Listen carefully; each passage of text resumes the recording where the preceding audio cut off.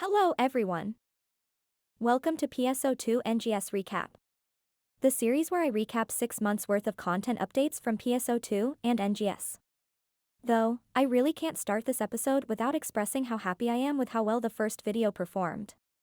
I started this series as a sort of a warm-up for my video editing skills before I'd tackle my main goal set for this channel, which is making a video form of my NGS Tech Tour guide. I expected just a couple hundred people would tune into the video, say something mean-spirited if I got something wrong, which I did, and leave. But quite the opposite happened. You guys loved it, and that means so much to me. I feel much more confident about my upcoming projects and I hope they will brighten up your day, even if it's just a short meme video. So, without further ado, let's start with the recap.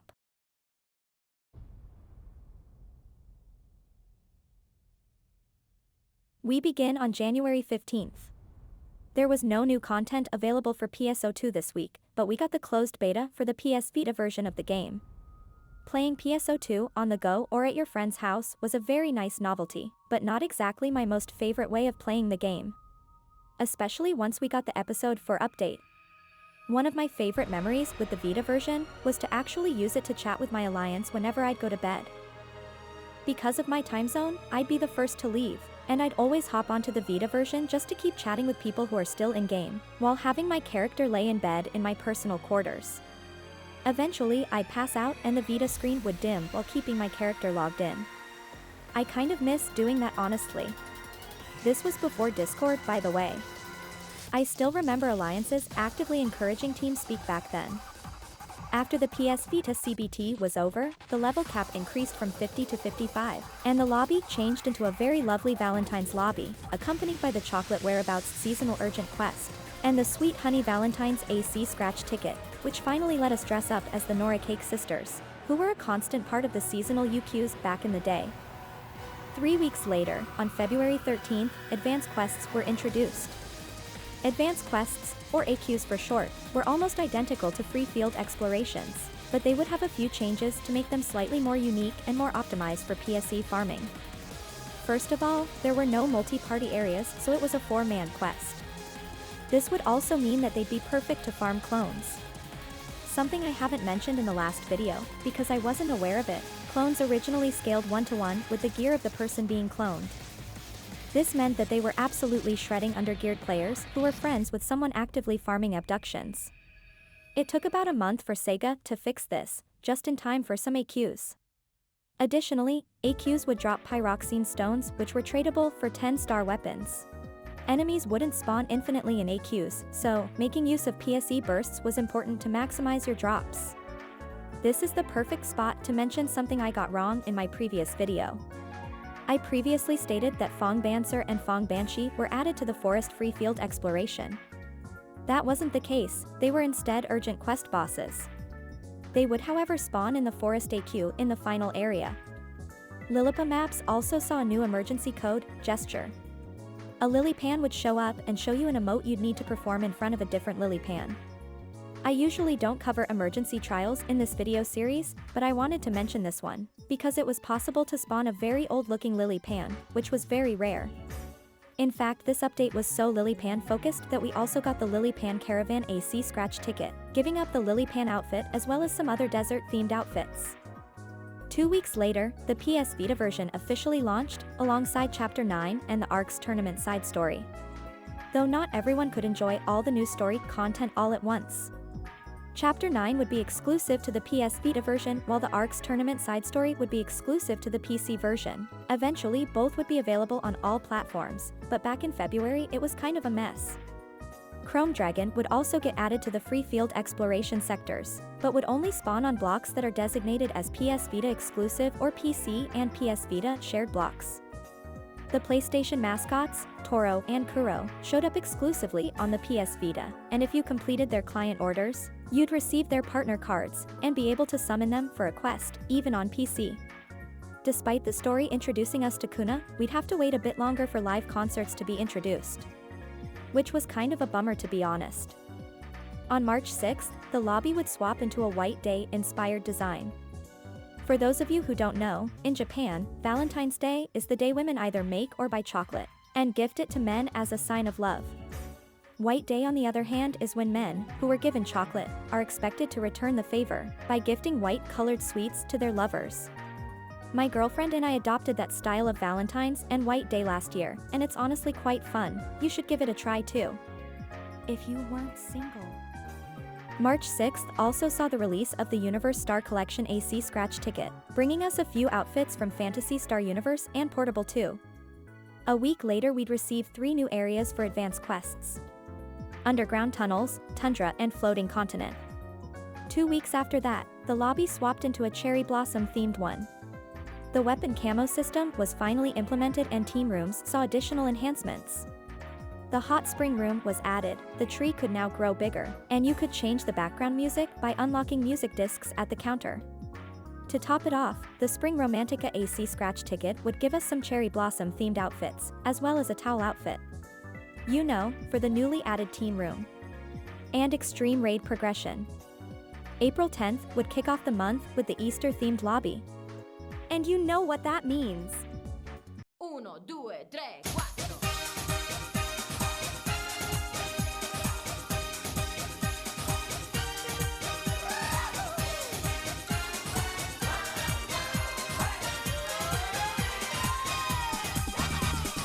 I don't get why people hate this lobby music. It's a banger. The level cap increased to 60 and the Dragon Altar Exploration was added. No story updates for now though. PSO2 had its first real collaboration.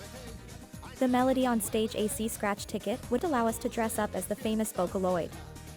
2 weeks later, we'd receive the Butler-made Tea Time AC Scratch as well as a new Time Attack quest set in the new Amduskia map. I'd also like to elaborate on my comment from the previous video, where I said that time attack quests were the endgame of episode 1. I completely forgot to mention a large contributing factor to it. But first, man, talking about these updates sure makes me hungry. Hey, JP veterans, can I invite you to some tacos? No, God! No, God, please, no! No! No! No! For those of you who are unaware, Dudu wasn't the only NPC living in infamy. There was another. If Dudu was the NPC who grabbed you by the throat, Clotho was the NPC who grabbed you by the balls. Check this out. Note how the low difficulty tacos say normal, not normal, or higher. Meaning that, you had to run each one, on each difficulty, once. Oh, and these client orders were daily, not weekly. Sega wouldn't make them weekly till late August 2014. I swear, Clotho was single-handedly responsible for the ARC's suicide hotline. I can't tell you how often I burned out from playing this game just from running his client orders. They would reward a lot of Meseta too, so you couldn't just ignore them. And of course, if you had a lot of alts, you could farm Meseta like crazy. On May 15th, Sega added a new quest type, Extreme Quests. These were heavily time-gated as you'd only get one Extreme Pass per day. The quest would be divided into multiple steps, each step consists of 5 short challenge stages. These challenges could range from killing enemies while attacking weak points or breaking a specific amount of parts. Completing these challenges correctly rewarded you with damage multipliers for the next stage. Some classes would have an easier time with these than others, but in the end, it would take a long time before you'd see 11-star weapons from these quests. Mag level cap was increased to 175, and the fun shop was added. Team rooms would see some expansions as well. You could now choose from a wider variety of counter attendants, and the forest base was added as well. The seasonal UQ, Running in the Rain, was released, though no lobby change to accompany it. Lastly, PSO2 would collaborate with Shining Arc, and release the Shining Girls Festa AC Scratch Ticket. 2 weeks later, the lobby changed into a wedding season-oriented design, and a new Extreme Quest was released, along with 3 new maps for advanced quests. One of these maps was the urban area map that was previously exclusive to urgent quests, so that was pretty cool. The month was capped off with the Holy Priest AC Scratch Ticket. June saw the first anniversary event of PSO2 and coincided with Sonic's birthday. The lobby changed to acknowledge this, and multiple new features and events were added. Login stamps saw the light of day, and Arc's Bingo finally arrived as well. Arc's Bingo was basically a sheet of tasks the game asked you to do, and if you cleared a row, you'd get a bingo and a reward. Later down the line, almost all seasonal UQs had a bingo to accompany them, and once star gems were added in episode 4, they'd also be added to the bingo reward pool as well. The Chaos That Shattered Boundaries limited quest was temporarily available, and a new boss was added in collaboration with Border Break Union. The LQ was accompanied by a web link event, and the Sega Star Selection AC Scratch ticket was released as well. The timing on this next bit might be wrong, because for some reason the website says mid-June instead of a concrete date, so apologies if I get this wrong. On June 19th it was finally time. KUNA performed live concerts.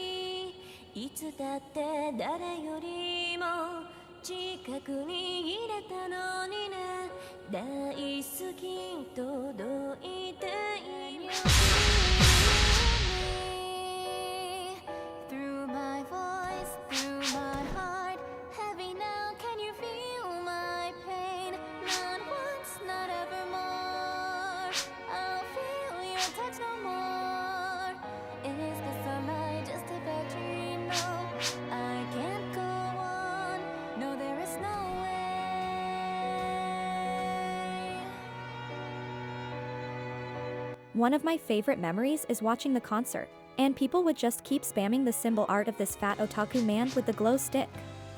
It was so hilarious. Concerts would be followed up with a new version of the Dark Falls Elder Urgent Quest, which had new attack patterns. According to the website, it only spawned for this event, but his attack pattern might have been reused for the super hard difficulty version later down the line. I'm not quite sure. A week later we get the Tanabata lobby as well as the gorgeous Star Festa AC Scratch ticket. On July 10th, the anniversary concluded with the Accessory Select and Support Item Select AC Scratch tickets, reviving a lot of accessories players might have missed. Enough celebrating though. The following week we'd finally receive the first part of the Episode 2 update. This update would include a new race, Dooman, as well as a new class, Braver. With the new class, katanas and bows were added to the game. Coast exploration was added, taking place on an all-new planet, Wopal, and would feature all-new bird-type falls spawn, as well as our beloved Bar Lodos. A new system was added to guide new players, the Arcs Road. It would be later removed from the game once Arcs missions were added. Support partners were also introduced, giving you a small little helper who would help you with all these pesky Franca client orders. And that's about it. We've finally covered the first year of PSO2. What I find really cute about Episode 2's first explorable area being the coast, is that this mirrors PSO as its second episode started on a beach map as well. Anyway, let's take a look at NGS next. We start out on December 22nd with the Christmas event. The Stellar Grace World Trial was introduced, and right off the bat we'd receive the biggest bruh moment of the year with the Frozen World AC Scratch ticket, gracing us with a Christmas bikini. It may be weird to have that come from a succubus like me, but please don't sexualize Christmas. We'd also see the Select Support Items AC Scratch ticket giving us new Eddie augments to boost our gear with. On January 1st we'd celebrate the New Year event with 4 AC Scratches. To be fair though, New Year always has revival scratches, and 2 of these scratches were pretty cool, as they'd finally allow global players to use Japanese voice tickets, which were previously unobtainable in the global version. I know a lot of people who were moving from JP to Global were disappointed by their omission, so it was nice to see at least some of them finally become available. On January 12th, the New Year event was replaced by the Winter event, and it puzzles me to this day why we need 3 events in such a short time span. I didn't notice this last year, because I might have been too busy forging ahead, but when they repeated the same 3-event structure this year, it felt very jarring. Anyway, the Mission Pass began its 4th season, and the quaint ensemble AC Scratch released. A week later we'd have another Stellar Grace World Trial, and to spend the newly acquired SG, the Resolute Warrior SG Scratch released as well. We'd cap off January with another AC Scratch releasing a week later, Edgy Underworld, which had a really nice hoodie outfit. I loved it so much I even commissioned Patata Tan to draw my character with it. You guys should definitely check out their work. They're absolutely great. On February 9th we received the first medium-sized content update. The original plan with NGS was to have the Raytem content schedule be somewhat similar to Elio. You know, with all the content being basically just new classes with some extras. But after seeing how that didn't really work out during Elio, Sega scrapped the roadmap entirely and decided to focus a bit more on playable content. And these were the results of that new direction. The level cap increased to level 40 and Elio received new difficulty ranks for all the associated quests. We'd also receive a little bit of extra story content taking place in Raytem, and the live concert system was finally available.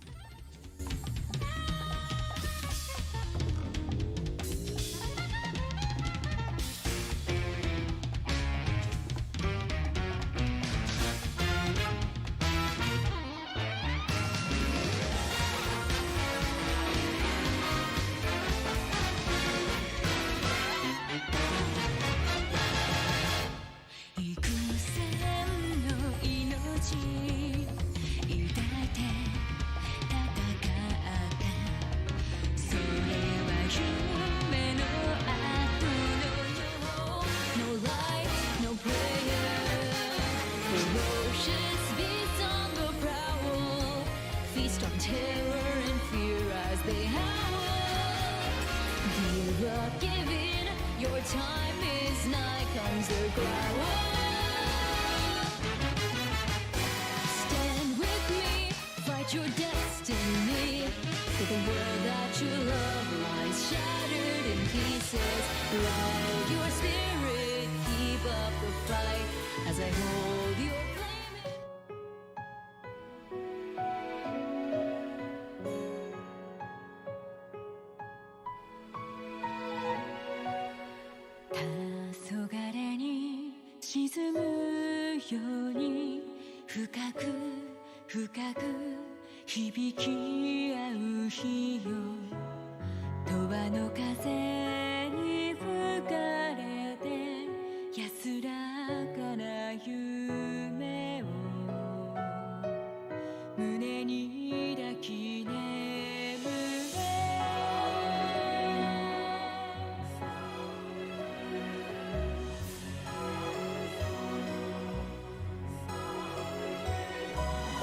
tortured souls, your grief unending, let it flame like the path ahead.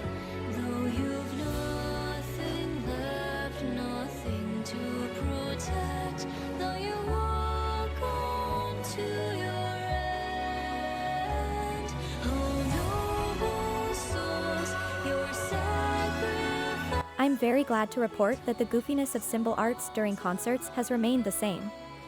On the same day, the ARC's ID system released, though it was very barebones at the time. The MAG jukebox system released as well. Party and returner bonuses were finally implemented. I'm not quite sure what took so long.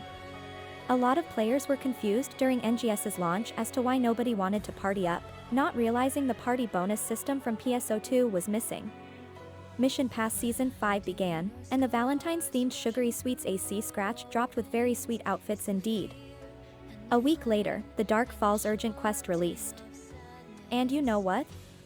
NGS finally started feeling like PSO2 again.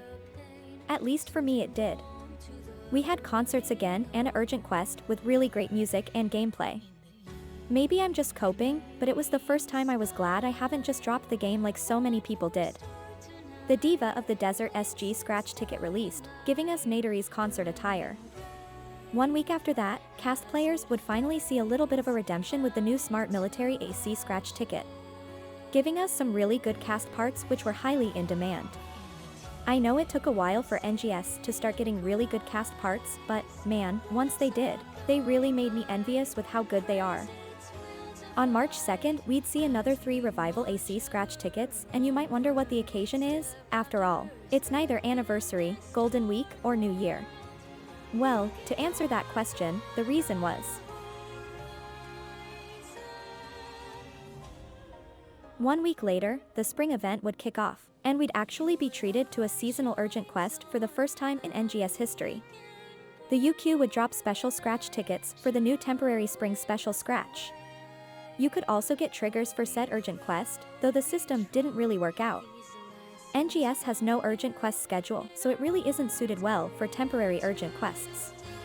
We'd also have this battle deal looking teleporter in each city which served as a temporary quest counter until we got a proper one. At least you could tell the devs were trying to spice seasonal updates up a bit, instead of releasing the same old exchange shop where you just farm points in combat sectors and nothing else. We'd also receive the Bright Eminence AC scratch ticket with royalty-themed outfits. A week later, Mission Pass Season 6 dropped, and we'd see a pretty big turning point in the SG scratch lineup. Previously, SG tickets were kinda boring, they'd give us just NPC outfits and nothing else, and to be honest, some of these NPC outfits weren't really desirable. But with the refined form SG scratch ticket we'd start to receive PSO2 outfits overhauled for NGS specifications, and to kick things off we've had the very popular Sophie's Raynal, bunny suit, and the trench coat outfit. For the first time, SG scratch updates were exciting. Though, Sega would unfortunately cut corners with some of these outfit remakes. We can see this as early as with this scratch actually, the Sophie's hair accessory being tied to the hairstyle as an ornament, which made it impossible to use with other hairstyles. Luckily, I have the original accessory from PSO2, and it still looks pretty decent, but I really wish Sega wouldn't cut corners like that. The ornament system is great when used properly, but this feels like a downgrade from what we had before. On March 23rd we'd get the Flappy Clan AC scratch ticket, and a week after that, 3 Revival AC scratches again, capping off our updates in March. On April 6th, the level cap was increased to 45. The Alnoth combat sector as well as Raytem urgent quests received new rank difficulties. Every class received new PA, and those who didn't, namely Force and Tector, received brand new compound techniques. I really like Fomelgen in NGS.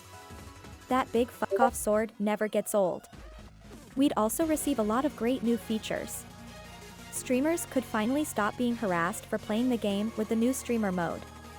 Mag jukeboxes received a playlist feature, and fashionistas were graced with the photo room feature, turning any combat and exploration sector into a private photo studio where you wouldn't have to worry about enemies attacking you, and you had full control over time and weather.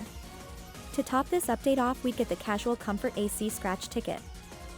A week later, Lower Macwad would also receive a new rank difficulty.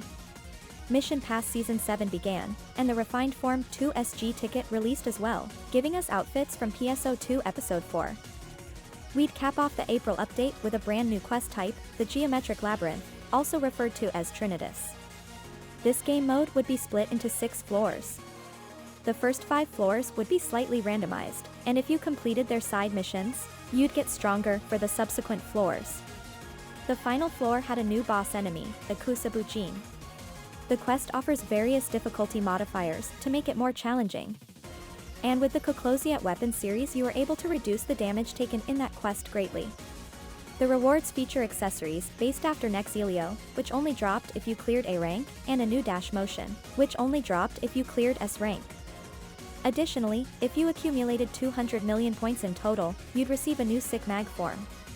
Guys, NGS has an endgame now. Though to be completely honest with you, I wasn't a fan of this quest when it was first introduced. The amount of difficulty modifiers required for A or S rank, which were the ranks where you'd get worthwhile loot, were way too high for my weak heart. People often didn't want to party up either, unless it's just a quick modifier-less run for the weekly Meseta task. It also didn't help that the exclusive augments, provided by that quest, weren't best in slot for too long. If they were, I think more people would be willing to farm them. It'd take a while, but Sega would make the quest much easier to S-rank eventually, but we will talk about that in part 4 of the recap. I did make a short video about my enjoyment with Trinitas recently. Link in the description, feel free to check it out. With the Trinitas update we also received the Gilded Armor AC Scratch ticket. On May 11th, NGS celebrated its first anniversary. It was another points collecting event, but this time with the dazzling Chaos Suppression Op limited quest. Captains were introduced, they drop a lot of valuable augment capsules. Additionally, Randomite was introduced. It was a special orb that only spawns during events and gives you every ore available in the game. With all these additions, events started to feel a bit more special. This update was capped off with the Playful Grappler AC Scratch ticket, allowing us to cosplay everyone's favorite race from World of Warcraft. A week later, the Mission Pass Season 8 began, and the Refined Form 3 SG Scratch released. This time featuring phantom outfits and cast parts. All of them in fact, both male and female. And a week later a new Mining Rig Urgent quest was added, this time taking place in Raytem. It wouldn't feature a new boss enemy, so it unfortunately wasn't very memorable. We also received the first Original Creations AC Scratch ticket. This one featured items based on the design contest winners. It is a PSO2 tradition to have these design contests in the game. In fact, everyone's favorite accessory was originally added this way. A week later, we received another Stellar Grace World Trial to finish off the first anniversary event of NGS. 10 out of 10, it was okay. On June 8th, the second major content update, Frozen Resolution, dropped. It introduced us to the Kvaris region, which had 2 combat sectors and 5 exploration sectors. Kvaris introduced 7 new bosses and had 7 new trainee quests. It also introduced new yellow and purple battle dia, while adding new difficulty ranks to Raytem's battle dia. The level cap increased to 60, and every class received new skills to further enhance everyone's gameplay. The story continued with Chapter 3, and both 6 and 7-star weapons were introduced. Field races were added to Westelio and Central Kvaris, giving exploration sectors a nice little side activity you can indulge in. Additionally, alliances finally got something going on besides being a glorified group chat. Tim was added, giving us weekly alliance tasks. These tasks reward you with alliance badges, which you could exchange for various items in his exchange shop. Male characters received a new imposing face type, and you could take selfies for your ARC's ID, turning it from a barebones menu to something really cool. Additionally, the auto-sell feature was implemented in order to combat how quickly inventories fill with trash items, especially during PSE bursts. To cap it off, we also received the Galactic Divinity AC Scratch ticket. And that finishes the first year of content for NGS. It's quite interesting how many parallels there are between these two games. Both games received new quest types, concerts, and improved on their seasonal events a lot.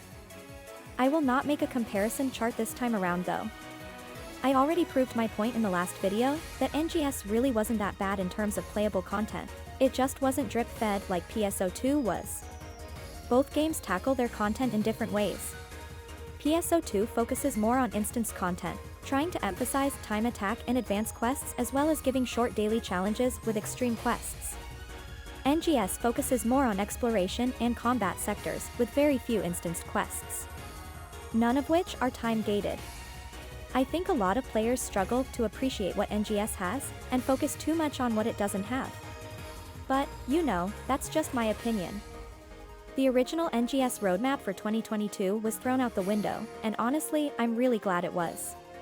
Waker is a really fun class, and I assume the Gunblade class will be fun as well, but neither would hold my attention for too long if they were the sole content additions. I'm a Tector main, and I'm not interested in other classes beyond their subclass skills. But overall, I'd say both games ended up receiving a lot of good updates. The story of NGS unfortunately still didn't get the level of love it deserved, but the fight at the end of Chapter 3 was pretty cool. They are definitely going for quality over quantity with those cutscenes. What do you guys think about each game's content, now that we finished recapping the first year? Do you have any memories you'd like to share? Feel free to leave a comment down below. I genuinely love reading all of your responses. The next PSO2 NGS recap will take a look at the birth of the original Mining Defense Urgent quest, as well as the ill-fated crafting system, and for NGS all the content released during Kvaris and Stia's launch. I hope you look forward to it. Take care!